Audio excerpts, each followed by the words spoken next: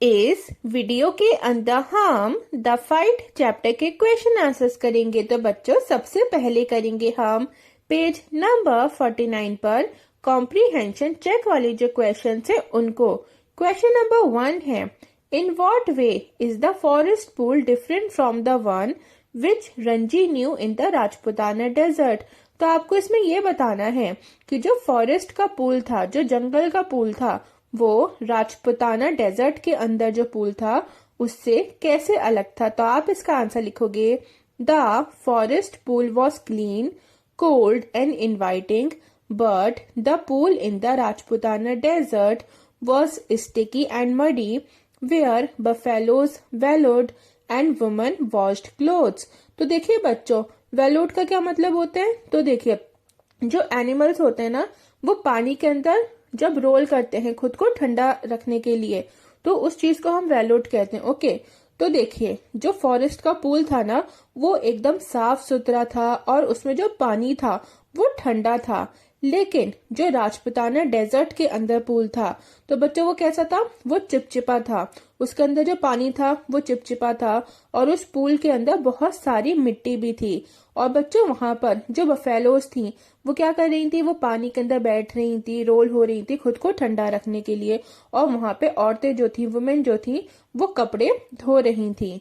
अब question number 2 है, the other boy asked Ranji to explain himself. First है, what did he expect Ranji to say. तो देखिए बच्चों, जो दूसरा बॉय था सूरज, उसने रंजी से क्या बोला, उसने रंजी से बोला कि तुम यहाँ पे क्या कर रहे हो, तुम क्यों आए हो यहाँ पे, है ना।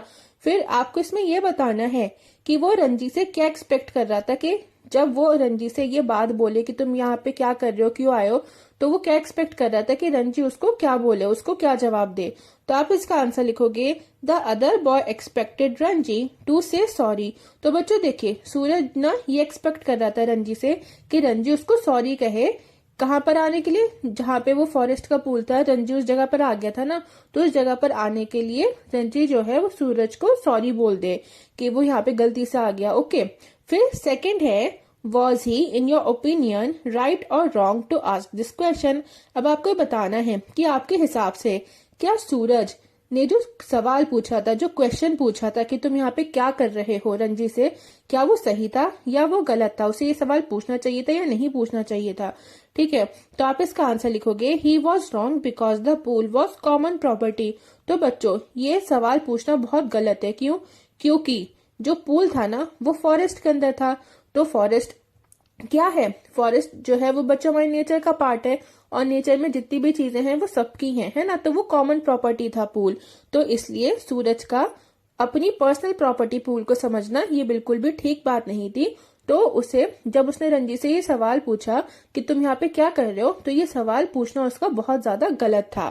फिर थर्ड क्वेश्चन है, between Ranji and the other boy who is trying to start a quarrel give a reason for your answer. तो देखिए बच्चों, जब मुंह से लड़ाई होती है, जब बातों बातों में लड़ाई होती है ना, तो उसको हम क्वारल कहते हैं, मतलब बहस करना। ठीक है, आपको ये बताना है कि रंजी और जो दूसरा लड़का था सूरज, उन दोनों में से कौन कोशिश कर रहा था लड़ाई करने की। ठीक है, आप जो भी उसका आंसर दोगे आपको उसका रीजन भी बताना है साथ में। फिर आप इसका आंसर लिखोगे, Suraj started the quarrel, he claimed the forest pool was he claimed the forest pool as his own and asked Ranji to run away. He even threatens to beat him. तो देखिए बच्चों, सूरज जो था ना, उसने लड़ाई स्टार्ट करी थी। ठीक है, उसने रंजी को ये कहा था कि जो फॉरेस्ट पूल है वो सूरज का है, मतलब वो उसके खुद का है। और उसने रंजी को ये कहा था कि तुम यहाँ से भाग जाओ। और बच्चों उसने रंजी को ये भी कहा था कि अगर रंजी यहाँ से भागेगा नहीं तो सूरज क्या करेगा, सूरज जो है वो रंजी को स्लैप कर देगा, उसको थप्पड़ मारेगा। फिर क्वेश्चन नंबर 4 है। तो बच्चों अभी देखिए, जो हमने क्वेश्चन नंबर 3 में देखा ना, तो इन सब के हिसाब से कौन गलत था, इन सब के हिसाब से सूरज गलत था। ठीक है, उसने लड़ाई स्टार्ट करी थी। क्वेश्चन नंबर 4 है, then we will have to continue the fight said the other. First part है, what made him say that. तो बच्चों सूरज ने रंजी से कहा था कि हमें अपनी जो फाइट है उसको कंटिन्यू करना पड़ेगा। ठीक है, उसे कंटिन्यू रखना पड़ेगा। आपको ये बताना है कि उसने ऐसा क्यों कहा था। तो आप इसका आंसर लिखोगे, ही said so because he was tired. There was no result of the fight on the first day and neither of them was ready to give up. तो देखिए बच्चों, सूरज ने ऐसा रंजी से इसलिए कहा था क्योंकि सूरज जो है वो लड़ते लड़ते थक गया था, और जब वो दोनों लड़ रहे थे तो जो फर्स्ट डे था उसके अंदर कोई भी रिजल्ट नहीं आया था। ठीक है, ना तो सूरज जीता था और ना ही रंजी जीता था, और इन दोनों में से कोई भी गिव अप नहीं कर रहा था। तो सूरज ने क्या बोला रंजी से? सूरज ने रंजी से कहा कि आज की हम लड़ाई यहाँ खत्म करते हैं और फिर हमें अपनी लड़ाई को आगे कंटिन्यू रखना पड़ेगा। ठीक है, फिर सेकंड पार्ट है, did the fight continue, if not why not. आपको ये बताना है कि क्या अगली बार जो फाइट थी वो कंटिन्यू हुई थी, क्या नेक्स्ट डे फाइट कंटिन्यू हुई थी, अगर नहीं तो क्यों नहीं हुई। आप इसका आंसर लिखोगे, know the fight didn't continue because Ranji taught Suraj how to dive in the pool and Suraj taught Ranji the wrestling. So they both became friends. तो देखिए बच्चों, जो फाइट थी ना वो कंटिन्यू नहीं हुई थी। क्यों? क्योंकि रंजी जो था उसने सूरज को क्या करना सिखाया था? उसने सूरज को डाइविंग सिखाई थी। ठीक है, और सूरज ने क्या सिखाया था रंजी को? तो सूरज ने रंजी को रेसलिंग सिखाने की बात करी थी। ठीक है, तो ये दोनों क्या हो गए थे? ये दोनों फ्रेंड्स बन गए थे। तो इस वजह से लड़ाई जो थी, फाइट जो थी वो कंटिन्यू नहीं हुई थी। फिर है पेज नंबर 53 के कॉम्प्रीहेंशन चेक वाले क्वेश्चंस। तो बच्चों क्वेश्चन नंबर 1 है, What is it that Ranji finds difficult to explain at home? तो देखिए बच्चों, इसमें आपको बताना है कि रंजी जब अपने घर गया तो उसे किन चीजों को एक्सप्लेन करने में प्रॉब्लम हो रही थी, मतलब उसे किन चीजों के बारे में अपने घर वालों को बताते हुए क्या थी, डिफिकल्टी आ रही थी, उसे मुश्किल पड़ रही थी। तो आप इसका आंसर लिखोगे, Ranji has cuts and bruises on his face, legs and arms, he finds it difficult to explain this at home. तो बच्चों देखिए, रंजी और सूरज की लड़ाई हुई थी, है ना, तो इस वजह से रंजी के फेस के ऊपर, उसके लेग्स के ऊपर, उसके आर्म्स के ऊपर कट्स थे और ब्रूजेस थे। अब उसे ये बात बताते हुए, इस बात के एक्सप्लेनेशन देते हुए अपने घर वालों को उसे डर लग रहा था, उसे बिल्कुल नहीं समझ में आ रहा था कि वो घर पे क्या बोलेगा। ठीक है, क्योंकि घर वाले उसके देखते तो वो उससे पूछते कि उसको कैसे चोट लग गई या उसके कैसे कट्स हैं, ब्रूजेस हैं, तो उसे नहीं समझ में आ रहा था कि वो उनको क्या जवाब दे। ठीक है, क्वेश्चन नंबर 2 है, Ranji sees his adversary in the bazaar. First part है, what does he wish to do. तो देखिए बच्चों, रंजी ने किसको देखा था बाजार में? सूरज को देखा था। तो फर्स्ट पार्ट में आपको बताना है कि रंजी तब क्या करना चाह रहा था। तो आप इसका आंसर लिखोगे, first he wishes to turn away and look elsewhere, second he thought about throwing the lemonade bottle at his enemy. तो बच्चों देखिए, पहला तो उसने सोचा कि वो साइड में मुड़ जाएगा और कहीं और देखेगा, किसी दूसरी तरफ देखेगा। फिर उसने ये सोचा कि उसके पास जो लेमोनेड की बॉटल थी वो किस पर फेंक देगा? वो सूरज के ऊपर फेंक के मार देगा। ठीक है, तो उसने ये दोनों बातें सोची थी। फिर सेकंड पार्ट है इसका, What does he actually do and why? आपको ये बताना है कि उसने असलियत में क्या करा था और उसने ऐसा क्यों करा था। तो आप इसका आंसर लिखोगे, He actually stands his ground and only scowls at Suraj because he didn't want to pick unnecessary fights. तो बच्चों, स्काउल का मतलब होता है घूर कर देखना।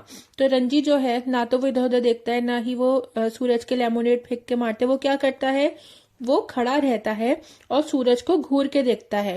वो ऐसा इसलिए करता है क्योंकि वो बाजार के अंदर, मार्केट के अंदर लड़ाई नहीं करना चाहता था। ठीक है, अननेसेसरी फाइट नहीं करना चाहता था। फाइट को अवॉइड करने के लिए उसने सिर्फ सूरज को घूर के देखा। फिर क्वेश्चन नंबर 3 है, Ranji is not at all eager for a second fight. Why does he go back to the pool then? तो देखिए बच्चों, रंजी जो है ना वो सेकंड फाइट के लिए, मतलब फाइट को कंटिन्यू करने के लिए बिल्कुल भी ईगर नहीं था। मतलब वो नहीं चाहता था कि फाइट कंटिन्यू हो, लेकिन फिर भी उसके बाद वो पूल वापस जाता है। ऐसा क्यों? ओके, आपको बताना है। तो आप इसका आंसर लिखोगे, He decides to go back to the pool to gain his respect.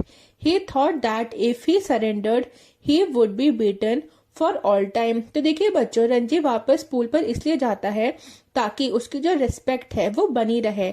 अगर वो नहीं जाता पूल के ऊपर, तो सूरज ये समझता कि रंजी जो है वो डर गया है, ठीक है, तो उससे रंजी की जो रिस्पेक्ट थी वो कम हो जाती है ना। और फिर रंजी ने ये भी सोचा कि अगर वो नहीं जाएगा, वो आगे फाइट को कंटिन्यू नहीं करेगा, तो वो हमेशा पिटता ही रहेगा। ओके, फिर क्वेश्चन नंबर 4 है, who was the better swimmer, how do you know it. आपको ये बताना है बच्चों कि अच्छा स्विमर कौन था, किसको ज्यादा अच्छे से तैरना आता था, रंजी को या सूरज को। तो आप इसका आंसर लिखोगे, Ranji was better swimmer because he could dive and swim under water. तो देखिए बच्चों, रंजी जो था ना वो एक अच्छा स्विमर था। क्यों? क्योंकि उसको डाइविंग भी आती थी और वो पानी के नीचे भी स्विम कर सकता था, ठीक है, वो अंडर वाटर भी स्विम कर सकता था। फिर क्वेश्चन नंबर 5 है, वॉट सरप्राइजेस द वॉरियर।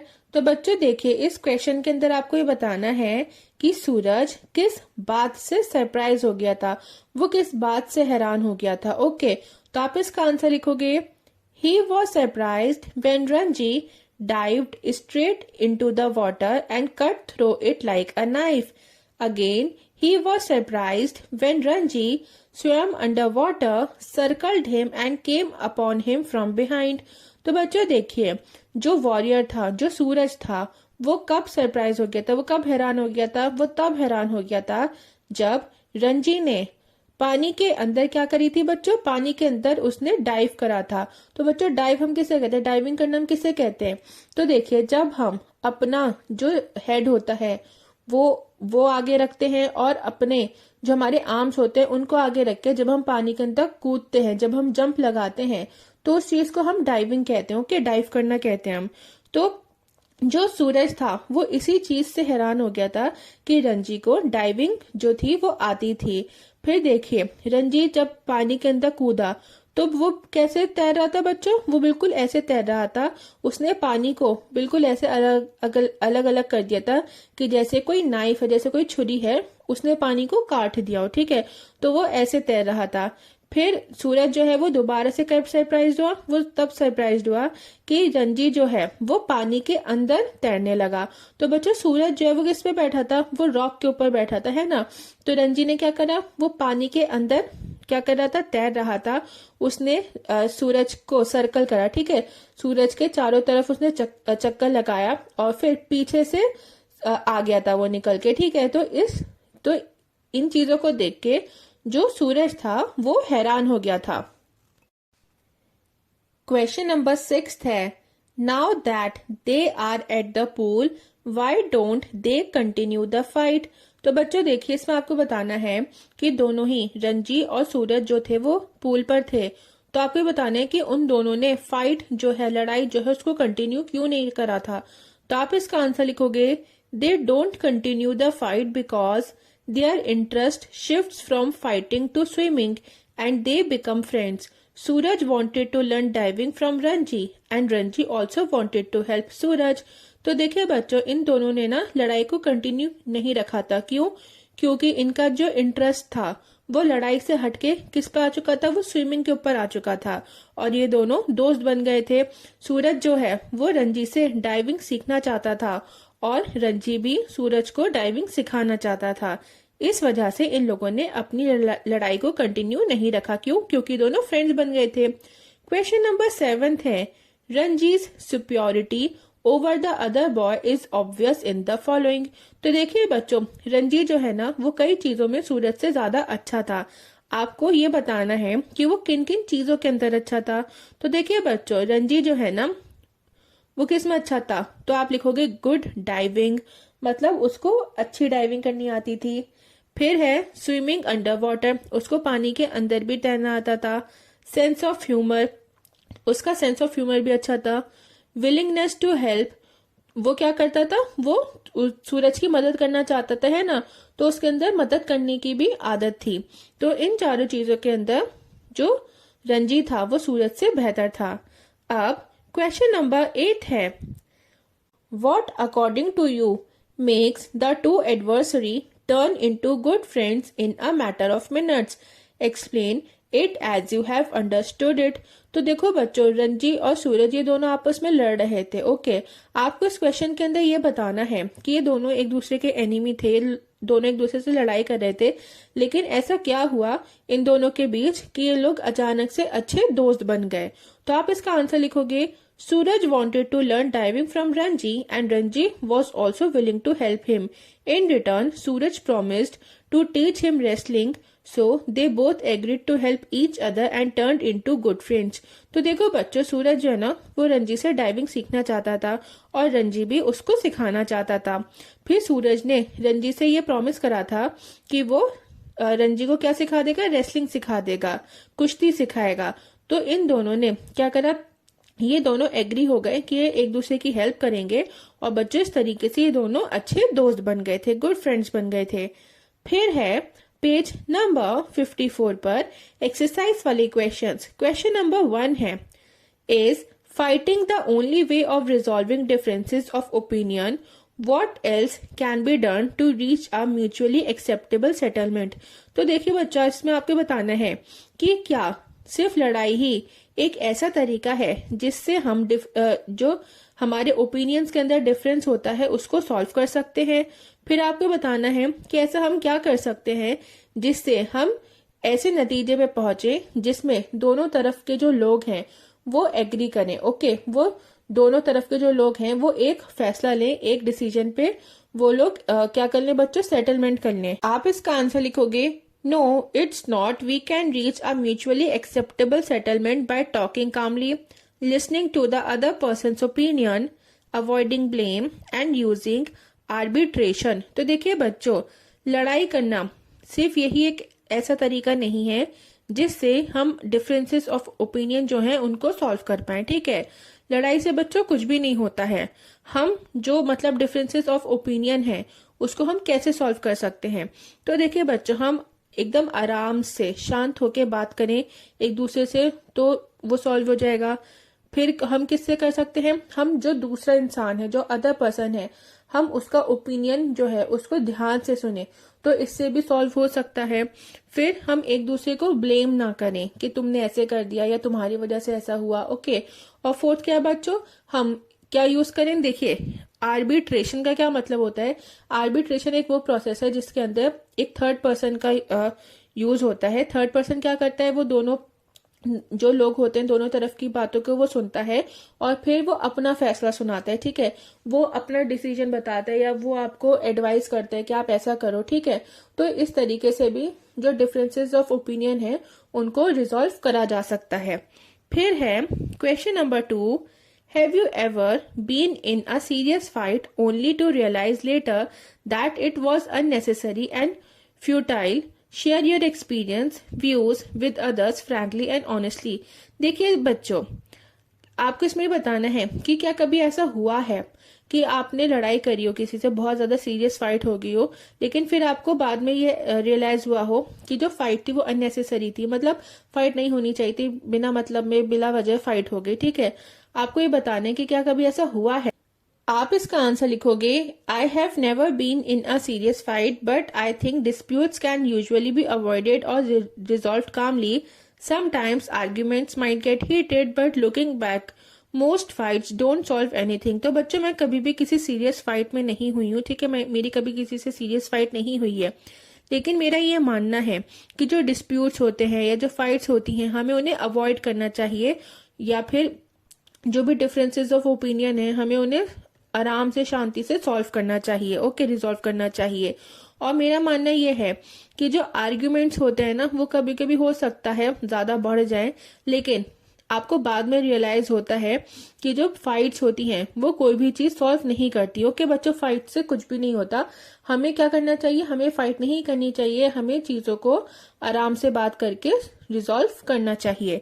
फिर क्वेश्चन नंबर 3 है, Why do some of us find it necessary to prove that we are better than others? Will you be amused or annoyed to read the following sign at the back of the car in front of you?